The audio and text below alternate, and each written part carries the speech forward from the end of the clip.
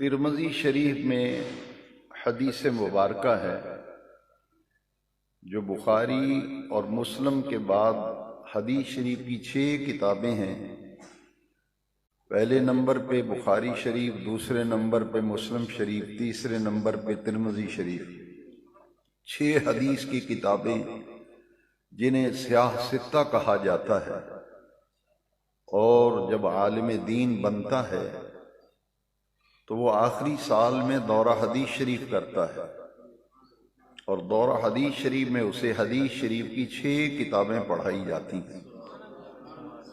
ان میں سے جامع ترمذی، سنن ترمذی، امام ترمذی علیہ رحمہ نے ترمذی شریف میں باقاعدہ ایک باب باندھا ہے،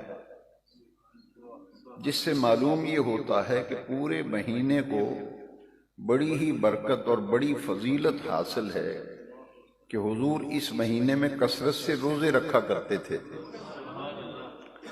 لیکن اس پورے مہینے میں ایک رات ایسی بڑی ہی عظمت والی ہے جس کو حدیث شریف میں لیلۃ النصف من شعبان کا نام دیا گیا۔ بڑے غور سے یہ بات سنیں اور سمجھیں۔ جس طرح نیکی کے ہر کام سے لوگ روکتے ہیں، کوئی بھی خیر اور نیکی کا کام ہو تو کہتے ہیں اس کا ثبوت کوئی نہیں، اس کا کہیں ذکر ہی نہیں، وہ میلاد شریف ہو، وہ فاتحہ ہو، جتنے بھی نیک کام ہیں کہیں گے اس کی دلیل نہیں، اس کی کوئی ثبوت ہی نہیں۔ اسی طرح جب بھی شعبان کا چاند نظر آتا ہے تو بڑی شدت کے ساتھ پروپیگنڈا کیا جاتا ہے، اخبارات میں مضامین چھپتے ہیں کہ شعبان المعظم کی رات جو ہے اس کی کوئی فضیلت نہیں، شعبان کی کوئی فضیلت نہیں، اس کا کہیں ذکر ہی نہیں۔ تو اس لیے میں یہ حدیث شریف جو آپ کو سنانے جا رہا ہوں، اس کو بڑی توجہ سے سنیں، ان تمام غلط فہمیوں کا ازالہ ہو جائے گا۔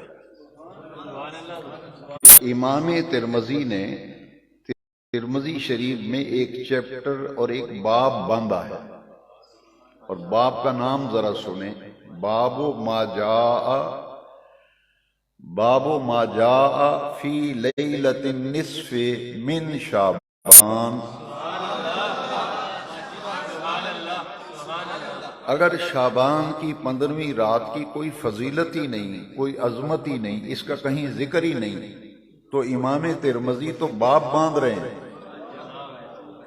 امام ترمذی باقاعدہ ایک چیپٹر قائم کر رہے ہیں، اور باب کا معنی کیا ہے؟ باب ما جاء فی لیلۃ النصف من شعبان،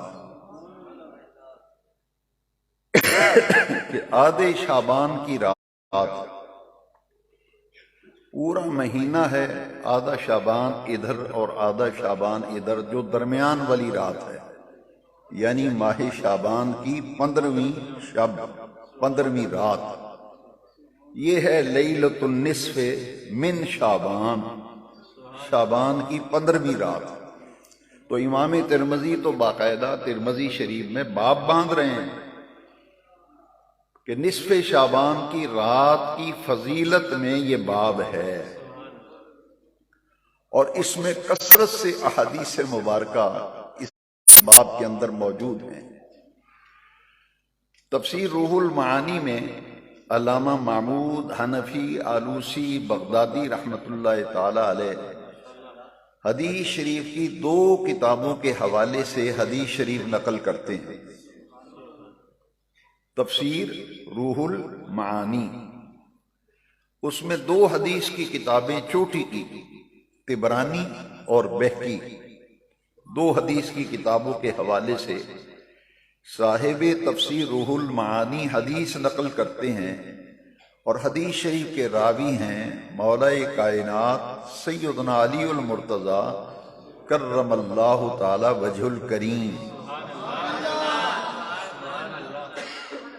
یہ حدیث شریف غور سے سنیں.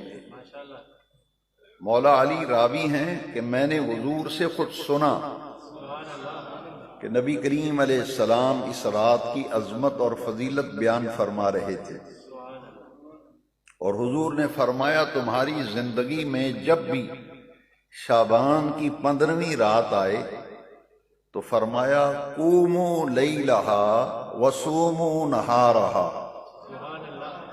تمہاری زندگی میں جب بھی شعبان المعظم کی 15ویں رات آئے تو رات کو قیام کیا کرو، وصوموا نہارہا، اور اگلے دن روزہ رکھا کرو. قیام اللیل، قیام اللیل کا معنی ہے رات کا قیام، رات کو نفل پڑھنا. مولا علی راوی ہیں، طبرانی اور بہقی میں حدیث شریف ہے. صاحب روح المعانی نے بھی اسے تفسیر روح المعانی میں نقل کیا. قوموا لیلہا وصوموا نہارہا. تمہاری زندگی میں جب بھی شعبان المعظم کی 15ویں رات آئے، رات کو قیام کرو اور دن کو روزہ رکھو.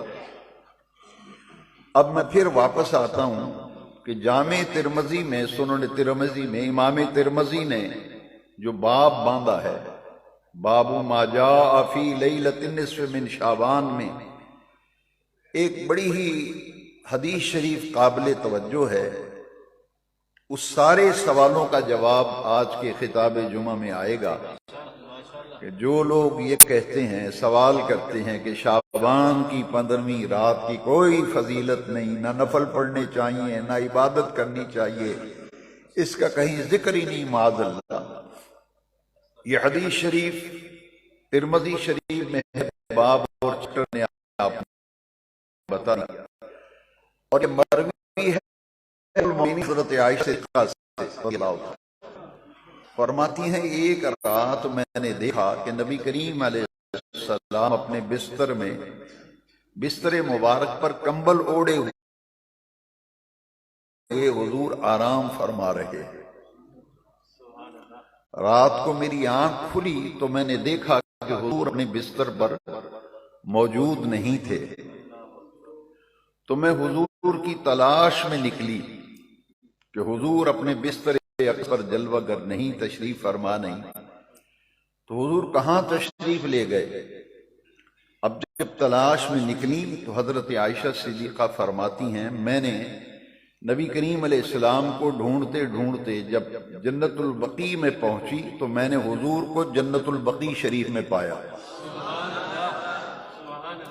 مدینہ منورہ کا قبرستان. اور وہاں میں نے دیکھا کہ نبی کریم علیہ السلام آسمان کی طرف نگاہ اٹھائے ہوئے ہیں اور اپنے دونوں ہاتھوں کو بلند کر کے حضور دعا فرما رہے ہیں. تو حضور نے دیکھا کہ حضرت عائشہ صدیقہ آئی ہیں، سانس پھولا ہوا تھا ان کا، تیز تیز قدم اٹھا کے حضور کو ڈھونڈ رہی تھی. رات کافی گزر چکی تھی. جنت البقیع میں سرکار کو دیکھا تو نبی کریم علیہ السلام نے فرمایا اے عائشہ جانتی ہو یہ کون سی رات ہے؟ تو انہوں نے عرض کی حضور اللہ ورسولہ عالم، اللہ اور اس کا رسول بہتر جانتے ہیں. فرمایا عائشہ یہ وہ رات ہے جس رات اللہ تبارک و تعالی بنو قلب قبیلے کی بکریوں کے جسموں پر جتنے بال ہیں ان کی تعداد سے بھی کہیں زیادہ اللہ تبارک و تعالی جہنمیوں کو جہنم سے نجات اور رہائی عطا فرماتا ہے.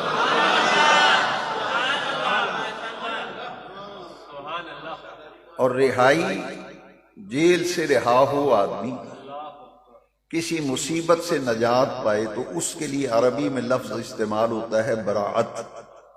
براعت کا معنی بری ہونا. اگر کوئی معاملہ پیش آ جائے تو میں یہ کہوں کہ میں اس معاملے سے براعت کا اظہار کرتا ہوں تو اس کا مطلب یہ ہے کہ میں اس سے بری ہوں، اس معاملے سے. تو یہ براعت کا لفظ جو ہے نا اس کا معنی ہے بری ہونا، نجات پانا، چھٹکارا پانا. لہذا اس رات کا نام ہے لیلۃ البراعت، لیلۃ البراعت، بری ہونے کی رات. عربی میں اس کا نام ہے لیلۃ البرات، اور شب فارسی کا لفظ ہے، شب فارسی کا لفظ ہے، شب برات، شب برات بری ہونے کی رات۔ تو جب پنجابیوں کے ہتھے چڑھی یہ لفظ تو اس کا نام ہو گیا شبرات، اس کا نام ہو گیا، اس لیے شبرات کہتے ہیں کہ یہ برات۔ تو حدیث شریف آپ نے سنی، ترمذی شریف کی حدیث شریف سیاستہ میں سے۔ اب عرب کے اندر ایک قبیلہ ہے، حضور کی ظاہری حیات طیبہ کے زمانے میں پورے عرب میں جتنے قبیلے تھے، خاندان تھے، برادریاں تھیں، ان میں سے سب سے زیادہ بکریاں جس برادری خاندان کے پاس تھیں اس کا نام تھا بنو قلب قبیلہ۔ کسی خاندان، کسی برادری قبیلے کے بکریوں کے اتنے ریوڑ نہ تھے جتنے ریوڑ بنو قلب قبیلے کے پاس بکریوں کے ریوڑ تھے۔ تو حضور نے فرمایا اس قبیلے کے پاس جتنی بکریاں ہیں اور ان کے جسموں پر جتنے بال ہیں ان کی تعداد سے بھی کہیں زیادہ اللہ تبارک و تعالی جہنمیوں کو جہنم سے نجات عطا فرماتا ہے۔ یہ شعبان المعظم کی 15ویں رات، اور یاد رکھیں اور اپنے دل پہ لکھ لیں کہ حدیث شریف میں اس کا ٹائٹل ہے لیلۃ النصف من شعبان، آدھا شعبان ادھر آدھا شعبان درمیان والی رات۔ اب حدیث شریف آپ نے سنی کہ جب یہ رات آئے تو قیام کرو، نفل پڑھو، اور دن کو